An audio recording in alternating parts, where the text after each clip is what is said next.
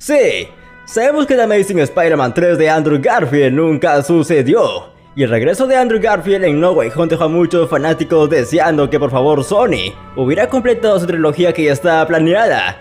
Cuando dijiste que el Hombre Araña dijo no, realmente tú dijiste no. Pero podría sorprenderte saber que Sony tenía muchos planes más ambiciosos que eso, y que antes del fracaso de The Amazing Spider-Man 2, Sony incluso estaba planeando crear su propio universo cinematográfico de Spider-Man para que puedan competir con Marvel. Así que, ¿cómo podría haber sido Amazing Spider-Man 3? Porque hoy va a ser sorprendente.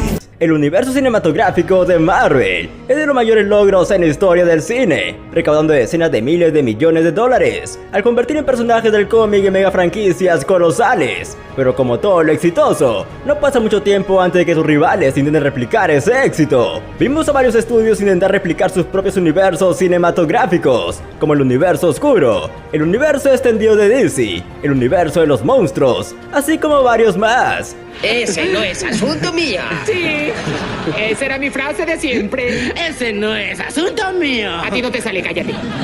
Así que la Sony, después de darse cuenta de que poseían los derechos de un gran rico elenco de héroes y villanos de Spider-Man, decidió unirse a esta nueva moda. Noté que copiaste mi barba.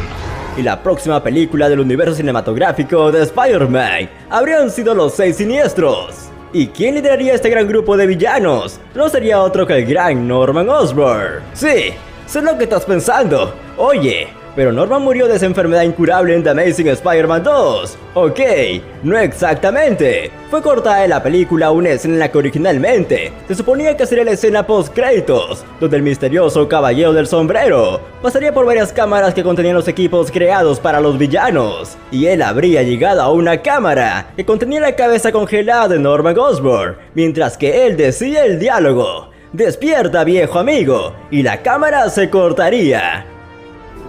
Es como si viera un fantasma. Y debes saber que este contenedor sí se pudo ver realmente anteriormente en la película. ¿Recuerdas cuando es el momento donde fallece? Las enfermeras lo llevan a esta habitación después de su muerte. Además, habría otra versión de esta escena post-créditos, donde una de las cámaras tenía una bola suspendida de jalea negra que se movía. Eso habría sido el simbionte. Y sí, sé que te estás preguntando, ¿por qué Sony lo eliminó? Va a suceder otra vez. Va a suceder otra vez.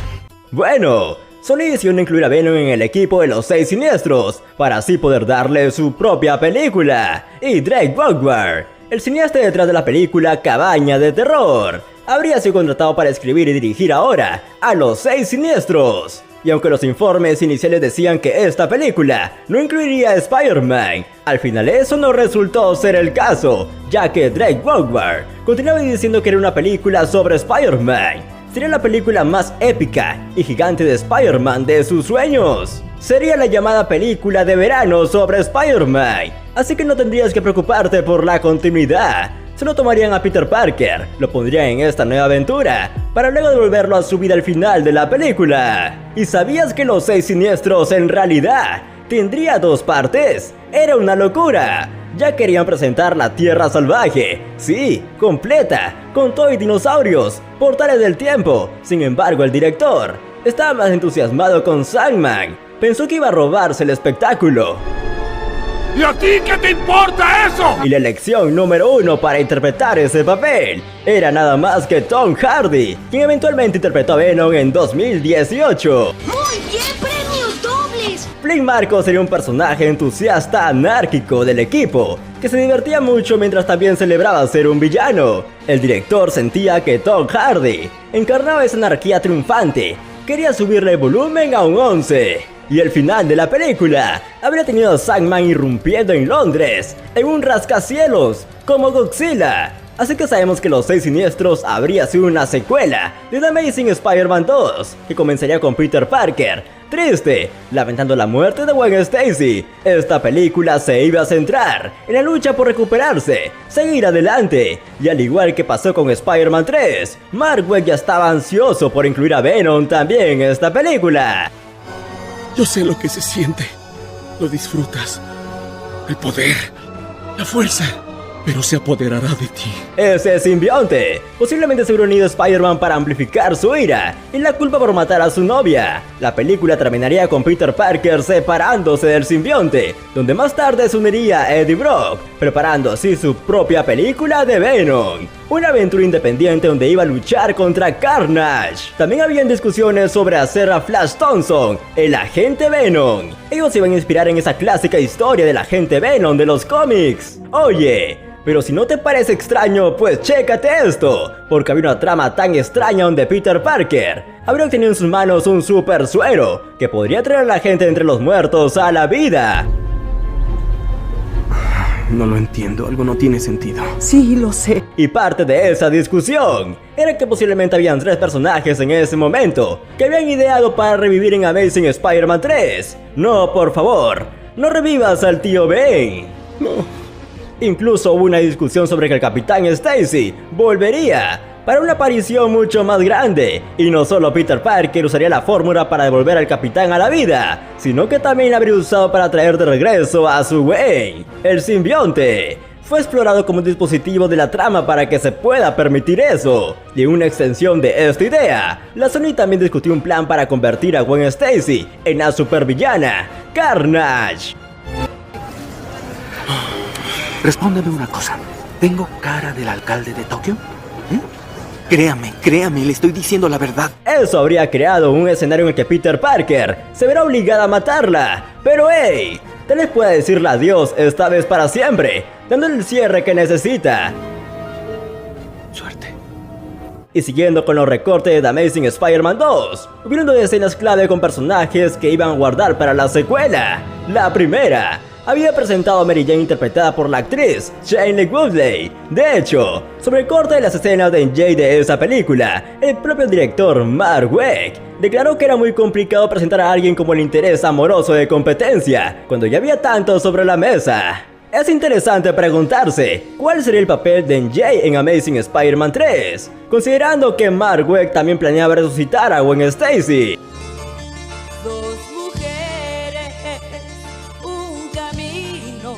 Pero se rumorea que en la película, Peter habría sido animado a asistir a una consejería grupal por parte de la tía May. Y en estas sesiones donde conocería a MJ, los dos se unirían por un trauma compartido. Peter habría luchado por acercarse a una relación con ella, pero después de lo que pasó con Gwen, era razonable alejarse. La historia iba de que una vez que recupera a Gwen Stacy entre los muertos, Peter habría detenido su progreso en la complicada relación con Mary Jane. Sin embargo, cuando la película terminara, Peter encontraría el cierre para poder despedirse de Gwen para siempre y dar un paso adelante, invitar a salir a Mary Jane.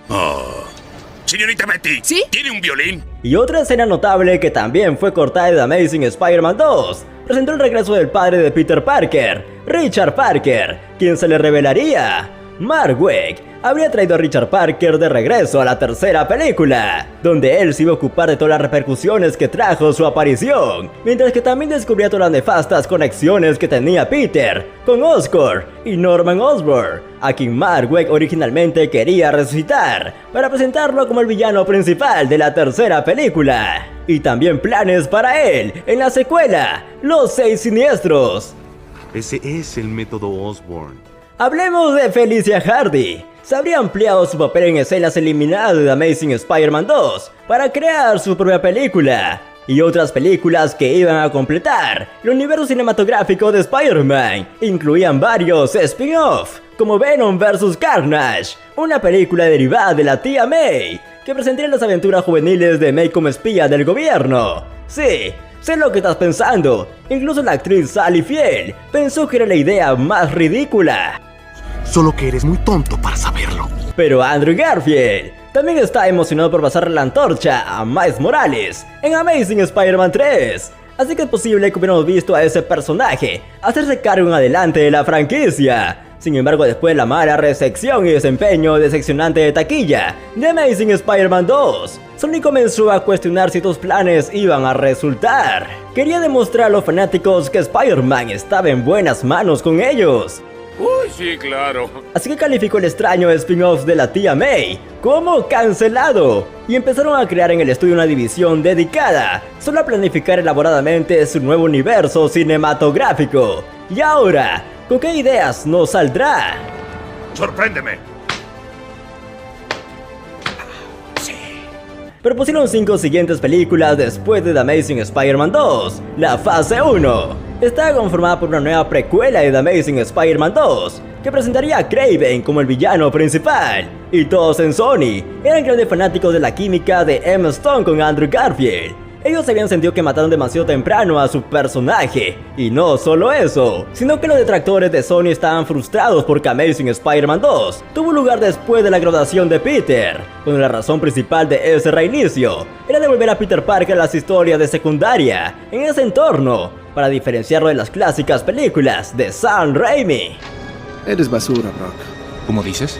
Por lo que al hacer esta precuela, no solo serán capaces de rectificar eso, sino que también rectificar la muerte de Gwen Stacy demasiado pronto, así como a Norman Osborn podrían traerlo de vuelta a la vida, en lugar de reanimar estúpidamente su cabeza. Así es, le iban a hacer un reboot a Amazing Spider-Man 2, calificado como precuela. Bien, si estoy en lo correcto, el enmascarado es...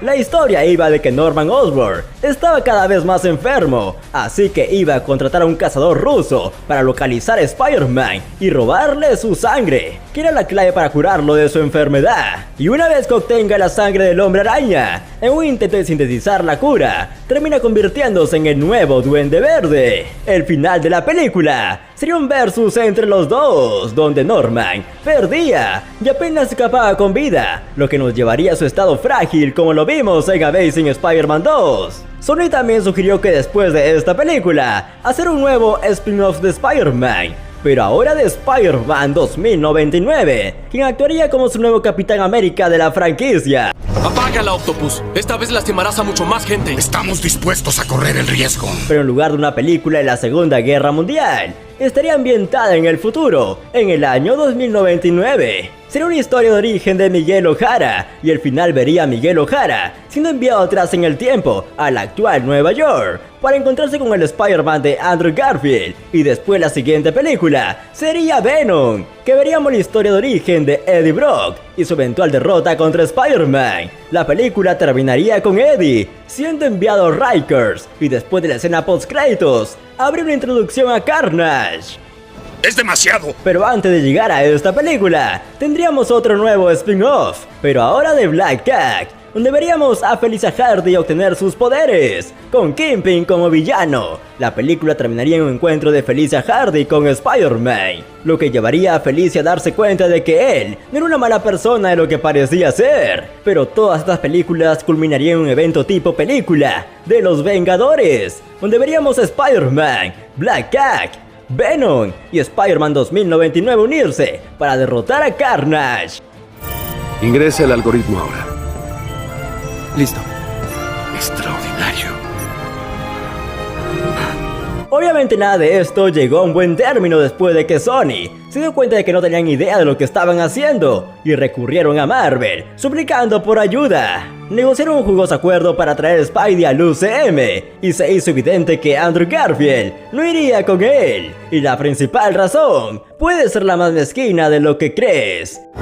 Casi todo tu trabajo, ¿eh? ¿Y así me lo agradeces? El primer factor fue que Andrew Garfield no se presentó a una reunión que había sido planificada con los altos mandos de la Sony. ¡Fue terrible! Solo imagina al CEO de Sony, Kaz Hirai, teniendo planes para mencionar a Andrew Garfield en su discurso para anunciar Amazing Spider-Man 3, y luego este nos aparezca en el evento. ¿Que no se te olvidó algo? La olvidaste. Pórtate como un hombre, entra y discúlpate. El actor se retiró y arruinó los planes. Es comprensible que muchos de los ejecutivos se sintieran avergonzados. El CEO de Sony, Kaz Hirai, se sintió personalmente despreciado por el actor Andrew Garfield. Fueron todos menos tú. Pero el actor continuaría confrontando el estudio de manera equivocada, culpándolos públicamente por entrometerse y arruinar lo que él sentía que era un guión sólido para la película Amazing Spider-Man 2. Él dijo: leí el guión que escribieron y en general me encantó. Lo que pasa es que cuando tú tienes algo en un conjunto y luego empiezas a eliminar partes y partes diciendo: no, eso no funciona, entonces el hilo se rompe y es complicado seguir el flujo de la historia. así que ciertas personas del estudio tuvieron problemas con ciertas partes. Y por último es el estudio, que tiene la última palabra en esas películas. Mientras, si la prensa se entera de este accidente, las acciones se desplomarán. Debes asegurarte de que este señor Dillon se quede invisible. También es indiscutible que tan fanático era Marvel de la actuación de Andrew Garfield, ya que su presidente Kevin Feige criticó fuertemente la actuación de Andrew Garfield por ser demasiado emotivo. Después de ver el primer corte de la segunda película, Kevin Feige criticó su actuación diciendo que era mucho llanto, mucha manía, era complicado rastrearlo a nivel emocional. También arruina su reacción ante la muerte de Gwen Stacy, se enoja y se emociona mucho a la vez. Era evidente que Marvel era un gran admirador de la versión de Mark Waid. No creas que también me vas a enterrar. Tal parece que vas a estar bajo tierra pronto. Con el gran éxito de la versión de Marvel Spider-Man, Sony una vez más se sintió alentado para intentar crear su propio universo cinematográfico y hasta ahora solo ha tenido resultados mixtos. Venom tuvo un gran éxito de taquilla, su secuela logró solo la mitad y a Morbius le fue aún peor, cuando la película cómicamente mala se convirtió en un meme de internet. Con el regreso de Andrew Garfield combinado con la insistencia de Sony en crear su propio universo cinematográfico, uno puede preguntarse si Sony planea traer a Andrew Garfield de regreso para enfrentarse a todos estos villanos. Fue un mal cálculo. No pudo ser mal cálculo. Tal vez el guión de los 6 siniestros de Drake Bogward sea utilizado. Recuerden que la película fue escrita para ser una aventura independiente y fácilmente el Spider-Man de Andrew Garfield podría encajar en cualquier lugar. Amy Pascal también dijo recientemente que está lista para hacer esta película cuando él desee. Sería un crimen no terminar lo que empecé. Así que cuéntame qué te parecieron todos estos detalles revelados de la cancelada película. ¿Te hubiese gustado que alguna vez haya sucedido? ¿Crees que el guión era muy bueno? Cuéntame todo lo que quieres saber aquí abajo en los comentarios. Te estaré leyendo como siempre. Y ya conoces la regla. No llegues tarde, o Sony también te hará una propia película. Nada se nos interpondrá. Nada.